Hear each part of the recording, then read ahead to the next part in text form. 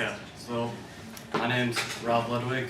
My presentation is on the problems surrounding the Affordable Care Act, also known as Obamacare, and ways to fix it. I'm a math major with an actuarial science specialization, and probably most of you have no idea what that is.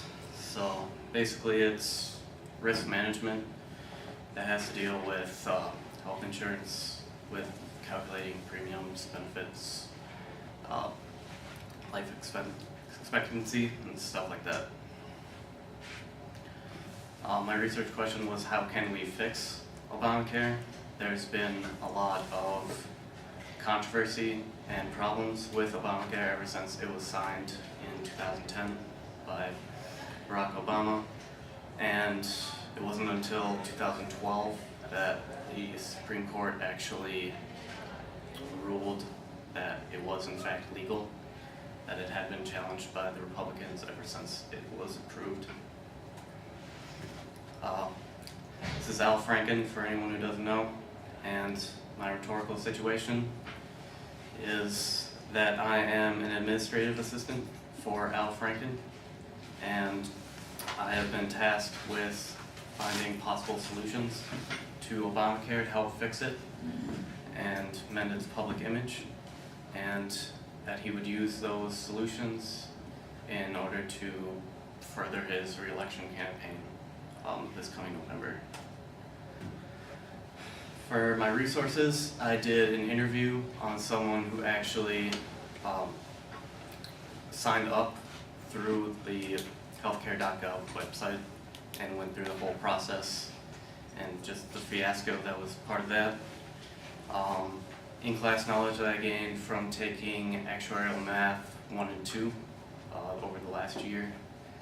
And then also I visited a number of federal websites to get a lot of the numbers and statistics for the funding and how that is all done.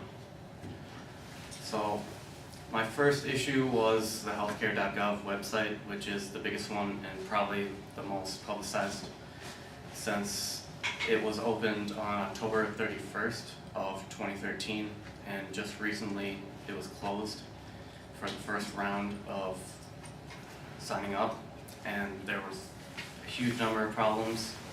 It originally was supposed to close on April 1st, but due to all the problems, they extended it to April 15th. And then, even then, they just finished the last sign up for anyone who submitted an original application but was not able to finish. But there were lots of glitches that no one was able to finish their application that made a huge amount of problems. And technical support was just terrible and they had no idea what they were doing. So for a possible solution to that, I decided that they should hire more technicians, which they have been doing for the next wave of signups that come this next October 31st.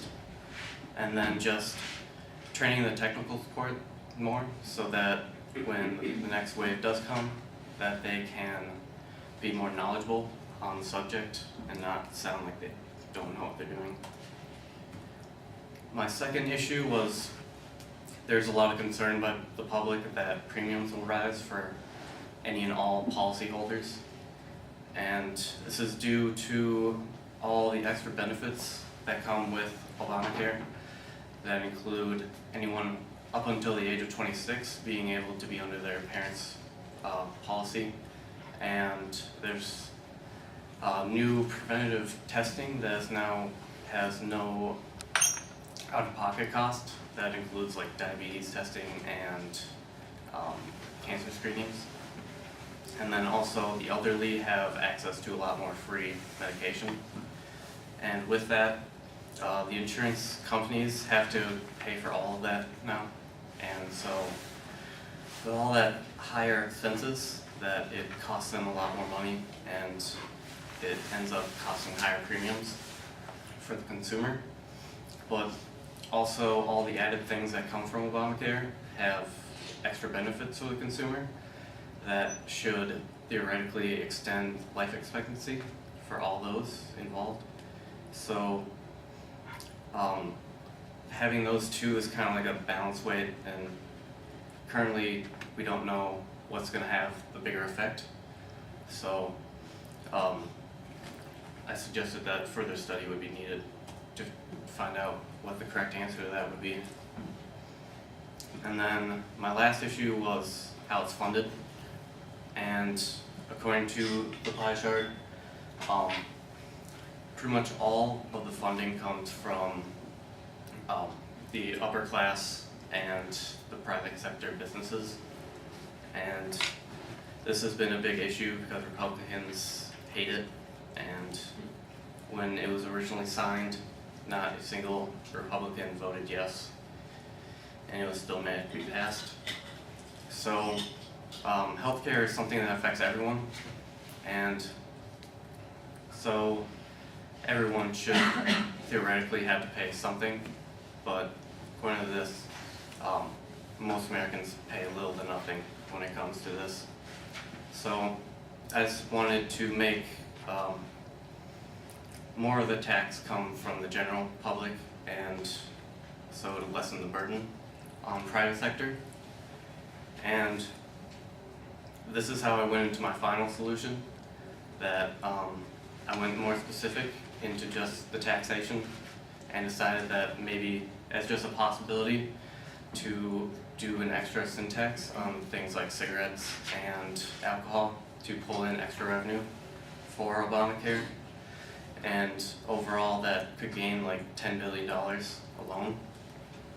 And then use that to decrease what has being costed to the health insurance companies themselves. And this effectively would also reduce the risk of premiums being increased because of the lessened amount of expenses to insurance companies would mean that the premiums would not raise as much as they originally had hoped. Any questions?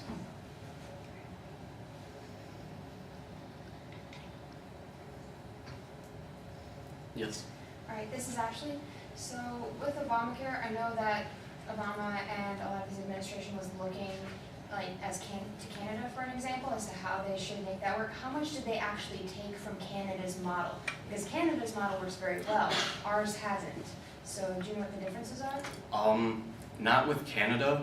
I know a lot of it actually came from Minnesota because Al Franken was supposedly a huge, kind of secret partner of Obama, and he has claimed a lot of help that came from that.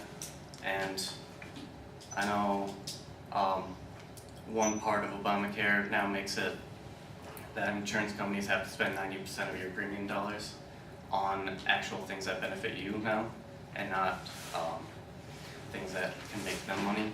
And that came from Minnesota.